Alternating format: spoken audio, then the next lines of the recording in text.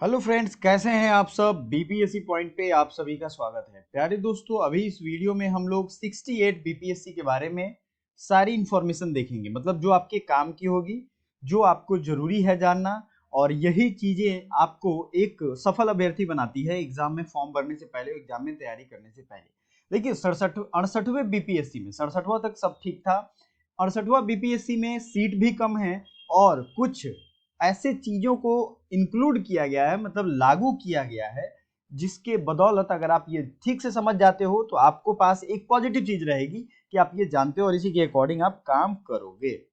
ठीक है, तो चलिए आते हैं इसी पे, हम देखते हैं क्या है वो सब चीज। पहली चीज जो नोटिफिकेशन आता है उसमें आपको सभी पोस्ट के साथ आपका सीट का संख्या दिया जाएगा।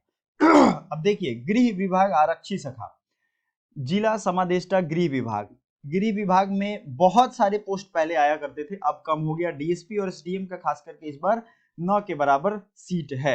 ये आप देख सकते हो, नहीं ही है सीट। और इसी सीट में जैसे जैसे आप आगे बढ़ोगे आपको एज भी दिया हुआ है ना। डीएसपी का पोस्ट आप यहाँ देख सकते हो 20 वर्ष से शुरू होगा, 20 से लेकर के 22 मिनिमम एज है। मतलब किसी किसी पोस्ट में 20 भी है और किसी किसी पोस्ट में 22 भी है। ये दोनों चीज आपको ध्यान रखना है।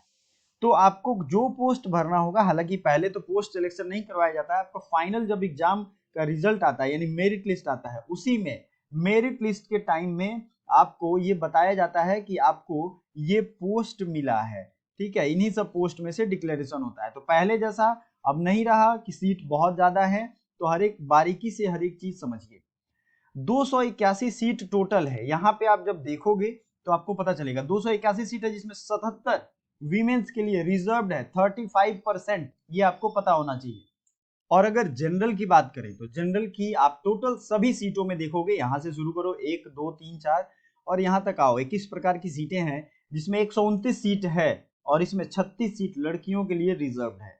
तो ये दो चीजें काम है। उसके अलावा कोटिवार आपको यहाँ दिया है, स्क्रीनशॉट लेकर के आप रख लो। चैनल को सब्सक्राइब करके वीडियो को लाइक जरूर कर दो, ताकि हम सभी इंफॉर्मेशन वाली वीडियो बनाते हैं जो आपके काम की हो। हम ऐसी कोई फालतू वीडियो नहीं बनाते हैं जिससे आपका सिर्फ समय जाए और आपको काम का कुछ भी पता ना चले।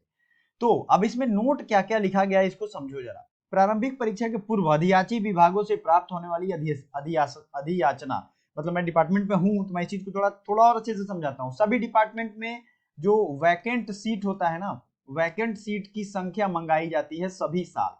ये हर साल प्रोसेस किया जाता है। लेकिन अब जो वैकेंसी जारी की जाती है, वैकेंसी जारी करने से पहले सबसे मांगा जाता है। ठीक है, तो मान लो, अब क्योंकि आप जान रहे हो बिहार सरकार है, लेट सेट सारा काम होता रहता है, ये कोई नई बात नहीं है। बट मुद्दा ये है कि जिन लोगों ने भी अपने डिपार्टमेंट का वैकेंट सीट का इंफॉर्मेशन है, वैकेंट सीट कैसे निकलता है, कुछ लोग रिटायर हो गए, कुछ लोगों का किसी कारण से डेथ हो गया, कुछ लोग जो है नौकरी छोड़ दिए, इन सब कारणों से ये निकलता है।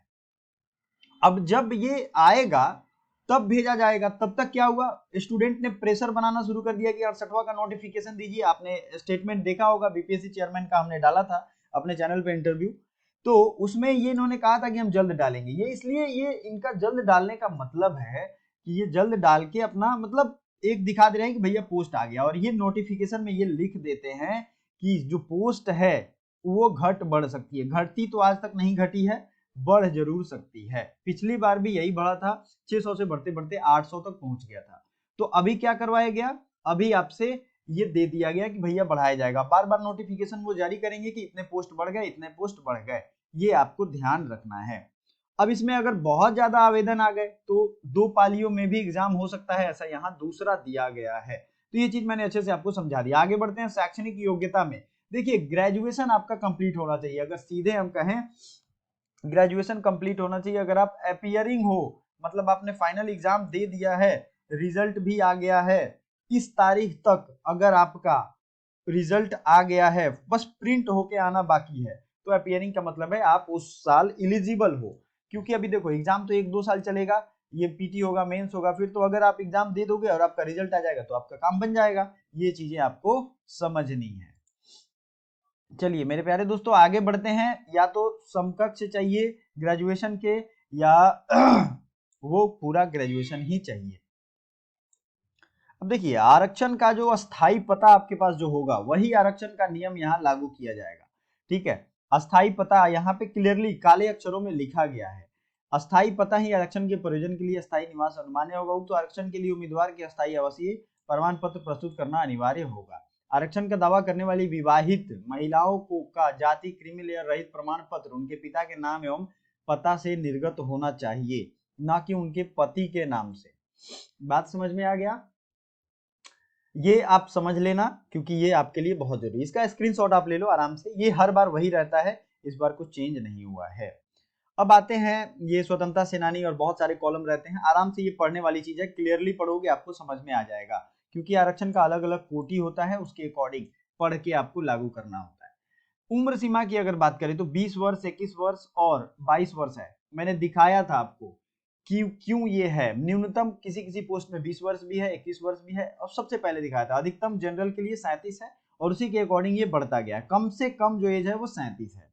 और मैट्रिकुलेशन का जो आपका सर्टिफिकेट होगा ना, उसी में जन्म तिथि को वैलिड माना जाएगा, ये ध्यान रखिएगा। तो मैट्रिक का सही होना चाहिए, बाकी इंटर का गड़बड़ हो या ग्रेजुएशन का गड़बड़ हो तो जाओ उसे बोर्ड में ठीक करवा लो, ये आप ध्यान रखना। ठीक है, ठीक हो जाता है, थोड़े से पैसे खर्च होते हैं, थोड़ा दौड़ धूप होता है, वो ठीक हो जाता है, डोंट वरी। अगला है इसमें जो मतलब जो भी लेटर, मैंने पिछले वीडियो में भी बताया था, सरकारी दस्तावेज में जो लेटर होता है ना, पत्रांक संख्या का बहुत मैटर होता है। पत्रांक 524 के तहत जो लागू की गई थी वही यहाँ पे लागू होगा। तो ये एडवाइजरी है, आपको हरदम ये हर सरकारी विभाग के लेटर में दिख जाएगा आपको।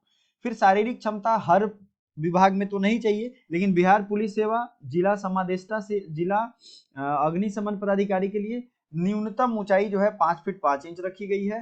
छाती की माप बिना फुलाए 32 इंच होनी चाहिए, परंतु अनुसूचित जाति के लिए इसमें शारीरिक माप में उपलब्ध नहीं होने पर न्यूनतम ऊंचाई 5 फीट 3 इंच और छाती की माप बिना फुलाए 31 होनी चाहिए। थोड़ा सा छूट इसमें दिया गया है। महिला को आपको हाइट में भी छूट दिया गया है, लेकिन छाती की माप यहाँ नहीं ली जाती है, ये आपको ध्यान रखना है। किसी भी इसमें शारीरिक दक्षता में परिशिष्टि ख प्रकाशित है, उसमें आप देख भी सकते हो।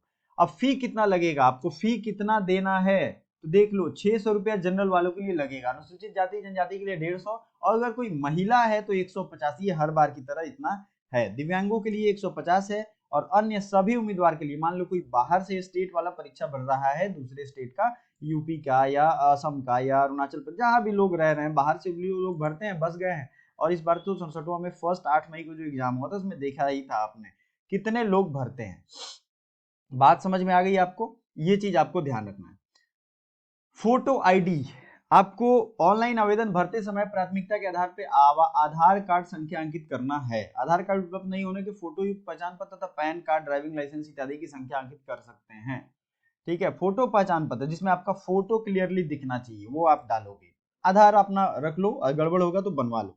प्रारंभिक परीक्षा का क्या सिस्टम है, इस बार थोड़ा जो बदलाव हुआ है उसको देख लेते हैं। 150 सामान्य अध्ययन विषय की होगी, 150 क्वेश्चन होंगे। प्रश्नवार बहुविकल्पीय उत्तरों में से प्रश्नवार किसी एक उत्तर का चयन करना अपेक्षित होगा। प्रारंभिक परीक्षा में गलत उत्तर के लिए नकारात्मक अंकन यानी निगेटिव मार्किंग किया जाएगा। प्रारंभिक परीक्षा महज जांच परीक्षा होगी, जिसके आधार पर मुख्य परीक्षा हेतु उम्मीदवारों का चयन किया जाएगा। मुख्य परीक्षा के लिए चुने जाने वाले उम्मीदवारों की संख्या कुल, अब जो मेंस में निकलेगा वो 10 गुना रिजल्ट दिया जाएगा, ये ध्यान रहे। मान लो अभी 281 है तो इसका 10 गुना कर लो, इतना ही रिजल्ट दिया जाएगा। इस प्रारंभिक परीक्षा में सामान्य विज्ञान, अब सिलेबस क्या होगा, निगेटिव मार्किंग इस बार लागू किया जाएगा, ये ध्यान रखिए। आज तक नहीं था, आजकल के इतिहास में आज तक का सबसे पहला चीज है कि निगेटिव मार्किंग यहाँ किया जाएगा। ठीक है, इस प्रारंभिक परीक्षा में सामान्य विज्ञान, राष्ट्रीय अंतरराष्ट्रीय महत्व की समसामयिक घटनाएं, ये सिलेबस का आप ले सकते हो, इसको आप फोटो ले लो। भूगोल, बिहार के भौगोलिक विभाग, यहाँ की प्रमुख नदियां, बिहार का राज्य व्यवस्था, आर्थिक व्यवस्था, आजादी के पश्चात बिहार की अर्थव्यवस्था की प्रमुख परिवर्तन, भारत का राष्ट्रीय आंदोलन, इसमें बिहार का योगदान। बेसिकली मानसिक योग्यता को जांचने वाले प्रश्न होंगे, जो मैथ के 10 क्वेश्चन होते हैं ना, वही। सिलेबस तो लगभग सेम ही है, लेकिन बिहार स्पेसिफिक आपको रहना होगा।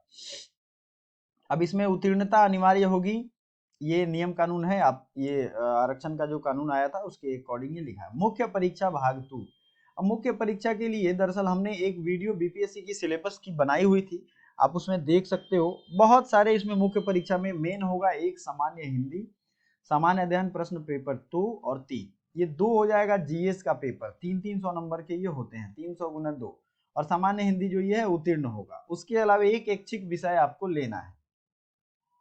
अब जैसे मैंने पॉलिटिकल साइंस लिया, उर्दू भाषा किसने लिया, सांख्यिकी लिया, लोक प्रशासन, दर्शन शास्त्र, भूविज्ञान, ये सब इन्होंने लिया।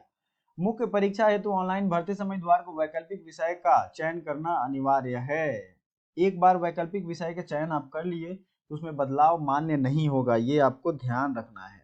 प्रारंभिक परीक्षा में सफल अभ्यर्थियों से मुख्य परीक्षा हेतु अलग से ऑनलाइन आवेदन पत्र भरवाया जाएगा। मेंस का अलग से फॉर्म भरा जाता है, ये आपको पता है, नहीं पता है तो जान लो।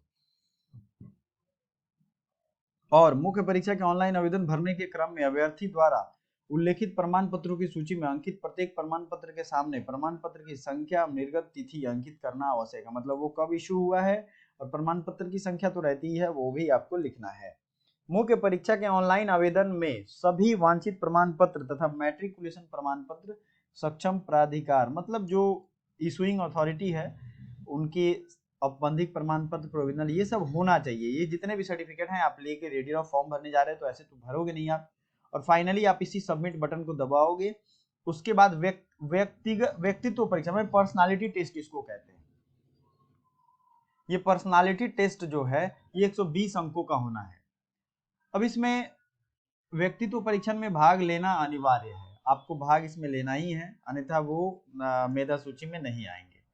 अब इसमें साक्षात्कार के समय अधिमानता कोड एवं सेवा पद का नाम स्पष्ट रूप से करेंगे।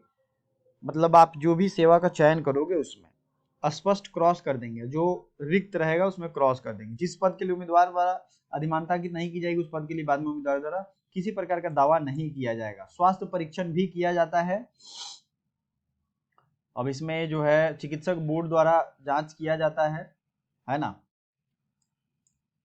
तो अगर मेन बात यह है कि मेडिकल के लिए भी आप मान लो आप एक रीजन बताते हैं, जैसे स्किज़ोफ्रेनिया होता है, मानसिक बीमारी होती है, वो जो पोस्ट आपके सामने है उसमें आपको पागलपन का कोई ऐसा लक्षण दिख रहा है तो वो तो आपको अनफिट कर देंगे तो आप फिर नहीं वो नौकरी ले पाओगे। इसमें आयोग बेंचमार्क डिसेबिलिटी वाले बच्चों के लिए है। मेधा सूची फाइनली 900 और 120 का 1020 में से जो बच्चे भी जितना नंबर लाएंगे सबसे टॉपर्स को पोस्ट दिया जाता है, ये आपको पता है। अब उम्मीदवारों का मंतव्य, 68वीं प्रतियोगिता आवेदन खंडक 16 में निम्नलिखित 3 बिंदुओं को मंतव्य लिया जा रहा है। Negative mark should be limited on the question selected proportionally from all sections according to their relative level of difficulty। मान लेते हैं कि 150 में से 50 क्वेश्चन, ठीक है, ये नेगेटिव मार्किंग के लिए हमने लिया। Then 1/3 question from each section shall be selected. 1/3 question सभी से सिलेक्ट किए जाएंगे। Such selected question should have 2 marks for correct and 1/2 for wrong answer. पहली चीज 150 में से क्या समझना है, इसमें 150 में से 50 को टफ क्वेश्चन हमने ले लिया, इन्हीं क्वेश्चन को नेगेटिव मार्किंग के लिए सिलेक्ट कर लिया। Then 1/3 question from each section shall be selected. Such selected question should have 2 marks for correct answer. अब सभी सेक्शन में से जो 1/3 लिए गए हैं उसमें से अगर आप सही करते हो टफ क्वेश्चन वाले को तो 2 नंबर, गलत करोगे तो 1 नंबर, आपको आधा नंबर काट लिया जाएगा। As above 1, but selected question should have 1 mark for correct answer and 1/4 for wrong answer. Negative marking should be uniformly on all the 150 questions. In this case, there will be 1 mark for correct answer and 1/4 for wrong answer. ठीक है, ये आपको ध्यान रखना है। तो ये चीजें आपको अभी इस पे मंतव्य लिया जा रहा है, मतलब इसके रिगार्डिंग नोटिफिकेशन आपके पास आएगा, ये अभी नहीं आया है। और ऑनलाइन भरने की तिथि मैंने पिछले ही वीडियो में बता दी थी। पेमेंट और एप्लीकेशन का जो लास्ट डेट होगा ये सब आपको यहाँ पे मिल जाएगा। पेमेंट करने के बाद जो जो प्रोसेस होगा, मोबाइल नंबर और ईमेल तो आपको रखना ही है। महत्वपूर्ण निर्देश भी, आप एप्लीकेशन प्रिंट करके रख लेना, ठीक है, उसको 2 प्रति निश्चित रूप से प्रिंट करेंगे, ठीक है, सुरक्षित करके आयोग द्वारा कभी भी मांगा जाएगा तो आप उसे दे देंगे। यही सब चीजें हैं, आपको ध्यान रखना है। फॉर्म भरने में कोई भी क्वेरी हो तो फिर से हमें पूछिए, आपके आसान भाषा में हम सब कुछ आपको समझाएंगे। ठीक है, थैंक यू सो मच।